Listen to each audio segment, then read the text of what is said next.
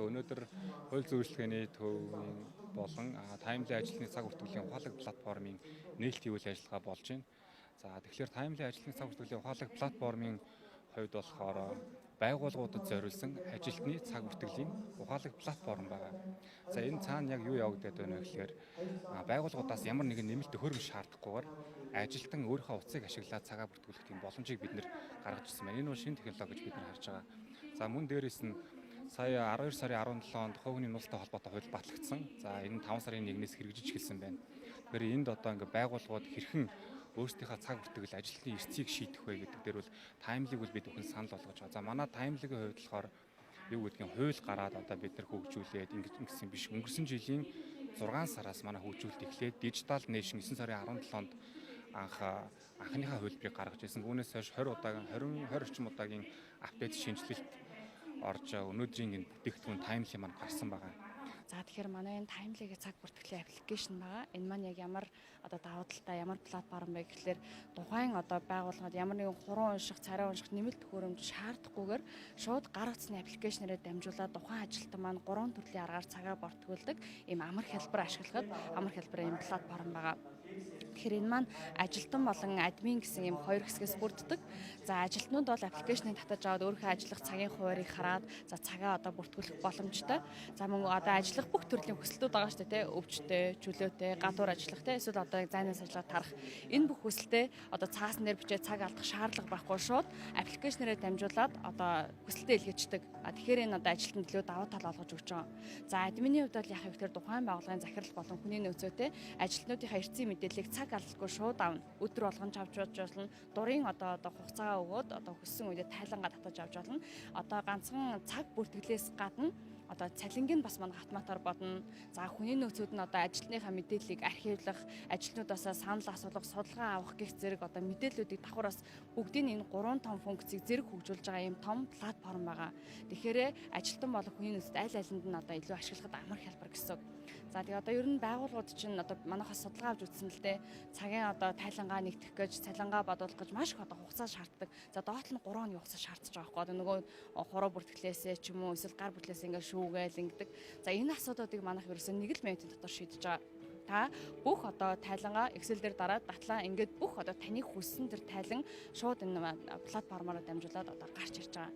За ингээд одоо админ ч гэсэн одоо захирлантай хүний нөөцийн ч гэсэн админуудаа өөрийнхөө дүрм журам тушаал за эсвэл ажилтнуудаа цалингийн задаргаа зэрэг платформоор дамжуулаад өгч чинь ажилтнууд хоорондоо платформоор дамжуулаад мэдээлэл сурвалж зэрэг авчиж гих мэтчлэн одоо маш олон давуу талуудыг энэ ганцхан энэ таймли аппликейшнээр дамжуулаад авч байгаа. За дээрээс нэг онцлог зүйл нь юу вэ гэхээр одоо сая 5 сарын 1-нд хувь хүний нуустай холбоотой хууль гарсан тийм ээ. Яг энэ хуулийн шаардлагад 100% нийцж байгаа гэдгээрээ бас илүү давуу тал болж өгч байгаа. Тэгэхээр цаг бүртгэлээс гадна тухайн платформ маань өөрсдөө олон төрлийн онцлогийг агуулж байгаа. За хүсэлтээ илгээн, илүү цаг, өвчтэй, чөлөөтэй тийм ээ. За дээрэс нь удирдлагууд ажил олгогч нарын хувьд болохоор байгууллагынхаа ажилчид яг нэг ажилтнанд мэдээлэл, дүрм журам ч юм уу за дээрээс нь хөдөлмөрийн гэрээний ч юм уу илгээх боломжтой. Эсвэл аль бэлцээр нь нийтээр нь гээд мэдээлэл оруулах боломжтой байгаад байна. За тэгээд дээрээс нь хамгийн одоо чухал юм ингээд хөгжүүлэлт хийгээд ингээд бүтээгдэхүүний гараа хараа явж байхад бол ажилтан өөрийнхөө цагийг өдөр тутамдаа яг ингээд цагаа бүтүүлснийхаа дараа хараа явахад хоцролт багасдаг юм байна байгууллага дээр. Энэ бол зуршил болоод үлдэж байна. Одоогоор манайхыг 300 орчим байгууллага ашиглаж байна. 271 байгууллага. За тэгээд 11 мянган хүн өдөр тутамдаа цагаа бүртгүүлээд явж байгаа. Тэгэхээр хангалттай хэмжээнд уршигдаад зах зээлээ олцсон байгаа манайх. За хамгийн цөөхөн ажилтнтай хүн маань болохоор өөрийн бизнес эрхлэгч сандаа худлааны төв дээр лангуутай тийм хүн байгаа. Нэг ажилтнтай цагаа бүртгэдэг. Хамгийн олон нь болохоор 400 500 ажилтнтай байгууллагууд байна. Зоочил групп компаниудын хувьд бол Гоёл тийм ээ. Vitafi, Цахиур групп, Zeta Global, Gem International, Төмөн шууд гэх байгууллагууд эдийн ороод ирсэн. За төрийн байгууллагуудаас Сонгорхон дүүргийн прокурор, 3 шатны шүүх гэх хүчлэн ороод ирсэн байгаа. За орон нутг руу бас 10-аад аймаг руу орсон байна. Дархан Эрдэнэт Хинти, Дорнод, Говь Сүмбэр, Дорн Говь Уус гээд аймагуд руу бол манайх бас лижинэ бүтээгдэхүүнээ ингээ гаргаад тэндээс харилцагчтай болцсон байгаа. Хууль зүйн үйлчлэгээний хувьд инх цул захиралтай, хууль зүйн үйлчлэгээний төвийн хамт олонтой бид нэр бас мэдээж энэ ч одоо бид нар өөрсдөө хуулийг чанд мөрдөж ш нөгөө хууль зөрчилгүй гэсэн байгууллагынхаа үүргээр бол яг нэмэр болж байгаа. Тийм болохоор бид нэр заавал хуульсан фермтэй хамтарч ажиллах хэрэгтэй юм гэдэг үүднээсээ хуульсан фермтэй их цул захирлын баг хамт олонтой бид нар хамтарч ажиллаж байгаа.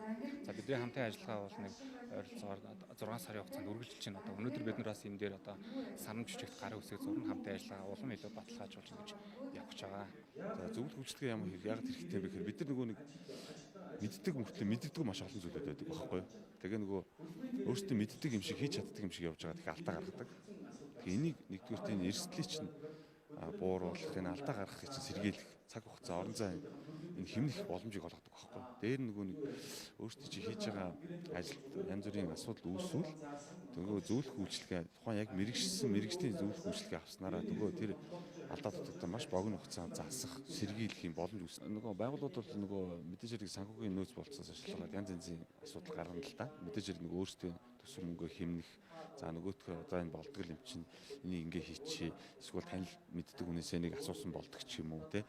Ингээд нэг өнгөрдөг байхгүй. Энэ бол нийтлэг байгаа шүү дээ. Одоо хүртэл байгаа. Тэгэхээр энээсээ бол алдаа гаргадаг байхгүй. Юу гэхээр нөгөө гэрээгээ буруу хийдэг. Өөрсдийнхөө нөгөө хүссэн зорьсон зүйлээ оруулж чаддаггүй гэрээндээ. За ингээд үүнээс болоод явуулж байгаа үйл ажиллагаанд одоо яг ямар хор уршиг эрсдэл тулгархаа ерөөсөө урс тооцож чаддаггүй. Энэ буруу тооцоонсоо болоод маш их алдагдaltaд ордог. За энүүсээ болоод янз бүрийн зөрчил хэрэг маргаанч ордог. Тэгэхээр энийг чинь нөгөө бууруулах гол ажил нөгөө зөвлөх үйлчлэг байхгүй.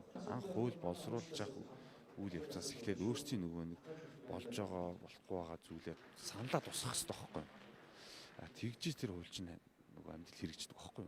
Нөгөө тэр тухайн болгож байгаа үүсэж байгаа харилцаануудыг хууль өөрөө өөрчилж мэдж зохицуулалтын арга хэмжээнд авч явах хэрэгтэй байдаг байхгүй. Та бүхэн хууль домжийг боловсруулж байхаас өмнө боловсруулж явах явцад нь заавал саналаа өгж байгаарай. Тэгэхгүй бол нөгөө нэг нэргсэн хойно ашиглана гэдэг юм болоод байгаа байхгүй. Тэгэхээр ерөнхийдөө бол компаниуд ганцхан хуульчтай байгаад бүх асуудлаа шийддэг одоо цаг үе бол маш их одоо хоцрогдсон. Яг одоо бол хуульч нар хүртэл одоо яг ямар хэрэг дээр ажилтیں۔ Захиргааны хэрэг юм уу, эрүүгийн хэрэг юм уу, иргэний хэрэг юм уу, эсвэл компани засаглал дээр одоо жишээл гардаг маш олон нөгөө нэг алдаа байдаг те. Сүүлийн үед бол компаниуд маань одоо ажилтнуудаа үндэслэхгүй халсан ч юм уу, эсвэл бол тэтгэмжийг олгоогүй ус болоо шүүхтэр маш олон маргаан гарч байгаа, маш хэмжээний нөхөн төлбөр илүү төлж байгаа. Тэгэхээр одоо Legal Service Center маань 20 гаруй мэрэгсэн хуульчтай юм байна. Энэ хуульч нар маань одоо 100 гаруй одоо компанитай ажиллаад 3300 одоо хэрэг дээр аль хэзээ амжилттай ажилласан гэдэг бол өөрөө одоо маш тэргүүлэх үзэлт байна. Тэгэхээр миний өнөөдрийн одоо гол санаа бол стартап компани байж болно, дундаж аж ахуйн нэгж болно, том групп байж болно. Танах бол зайлшгүй одоо хууль зүйн энэ асуудал тулгарнаа, мэрэгсэн багаас нь зөвлөгөө аваач, мэрэгжлийн хүмүүсийн ажиллуулаач л гэсэн одоо гол санааг бол өнөөдөр хэллээ. Ер нь бол гэрээн дээр шүү дээ. Ялангуяа компаниуд маань харилцагч байгууллага байна уу? Эсвэл бол ямар нэгэн гэрээн дээр дандаа их тийм хумган амтдаг. Ялангуяа үндсэн гэрээний нөхцөл хавсралт гэрээгээ ерөөсөө анхаардгүйгээс болоод нэг бол гэрээгээ цуцлан, нэг бол маш хэмжээний өхөн төлбөрт ордог. Тэгэхээр бизнесүүд маань өөрөө энэ гэрээ бэлдэх үе, төлөвлөх үе, хилцээрийн үе шатууд гэдэг чинь маш чухал процесс шүү дээ. Энийг бол зөвхөн компани одоо захирлан ингээд хүн орд юм бишээ. Хуулийн одоо мэрэгсэн зөвлөх байх хэрэгтэй, мэрэгсэн хуульч нар байх хэрэгтэй. Дээрээс нь одоо арбитраас зөвлөгөө авах хэрэгтэй. Гарж байгаа хэрэг маргааныг урьдчилж одоо сэргийлж чадна гэдэг бол энэ санхүүгийн маш хэмжээний зардал хэмжээл гэсэн үг. За манай хууль зүйн үйлчлэгээний төвөөс өнөөдөр нээлтийн үйл ажиллагаа хийж байгаад бол одоо тухайн үйлчлэгээний төвд ажиллаж байгаа өмгөөлөгч миний зүгээс бол маш их таатай байгаа. За тэгээд энэ нээлтээр бол одоо миний хувьд бол хүний хувийн мэдээллийг хамгаалах тухай хуулийн танилцуулгыг бол одоо хийж одоо ирсэн. За тэгэхээр энэ хуулиар бол ерөнхийдөө хүний хувийн мэдээллийг ашиглах боловсруулахад бол хуультай болж байна. Өөрөөр хэлбэл хүний хувийн мэдээлэл халдшгүй хуулиар хамгаалагдаж байна талаар танилцуулсан байгаа. За тухайлбал одоо хүний хувийн мэдээлэл гэдэгт яг юуг оролцуулд юм бэ гэхээр мэдээж тухайн хүний нэр, за төрсэн он, сар, өдөр, регистрийн дугаар, за тэгээ захидал харилцааны нууц, эрүүл мэндийн нууц, за одоо сүүлд одоо хуульд шинээр орсон биометрик ойлголт буюу генетик мэдээлэл ашиглах буюу нөгөө хүний биеийн тагцхан өгөгдлийг ашиглах. За энд ашиглахдаа яг ямар одоо хуулийн хүрээнд ашиглах ёстой юм бэ гэдгийг онцолж ингээд тайлбарласан байгаа. Өөрөөр хэлбэл одоо бид нэр банк санхүүгийн байгууллага, байгууллага, за худалдаа үйлчлэгээний байгууллагуудад одоо гарын хурууны хийг ашиглуулах тохиолдлууд өмнө нь бол энэ хуулиас өмнө айгүй их байсан. Үүнтэй холбоотойгоор энэ хуулиар бол хоригдсан байгаа. За мэдээж бол одоо хүний хувийн мэдээллийг одоо хуулиар биш зөвшөөрлгүйгээр одоо ашигласан тохиолдолд бол тухайн хүн бол зөвшөөрлө өгсөн эсхээ маш сайн одоо тодорхойлох ёстой. Өөрөөр хэлбэл зөвшөөрлөхгүй л ашиглах юм бол танд хохирол учирсан бол нэхэмжлэг хэрэг нь нээлттэй байгаад. За тэгэхээр мэдээж болохоор тухайн хүнд учирсан хохирол өөрөө тогтоогдоод ингээ явах юм бол эрүүгийн хууль заасан одоо хариуцлага байгаа. За энэ хариуцлаган дээр торгуулах, за мөн одоо баримтлах шийтгэл хүлээх хэмжээний ийм зохицуулт орж ирсэн байгаа. Одоо сая гэхэд чинь ковидын үеэр маш олон ийм нөхцөл байдлууд үүслээ л дээ. Яг энэ хуультай холбоотойгоор л манай энэ зөрчлийн саяны энэ хувийн мэдээллийг хамгаалах тухай хууль манд гарсан. Өөрөөр хэлбэл тухайн хүн нөгөө ковид уссангууд бүх мэдээллийг одоо нийтийн мэдээллийн хэрэгслээр цацсан. За мөн зарим нөгөө аймагуудын засаг дарга нараас хоёрын хүний мэдээллийг одоо дэлгэрэнгүй цацаж одоо ингэж бусдад одоо тий хүнд одоо ийм айх, эмээх тэр нөхцөл байдлуудыг үүсгэсэн учраас энэ хуулийг хэрэгжүүлж эхэлж байгаа.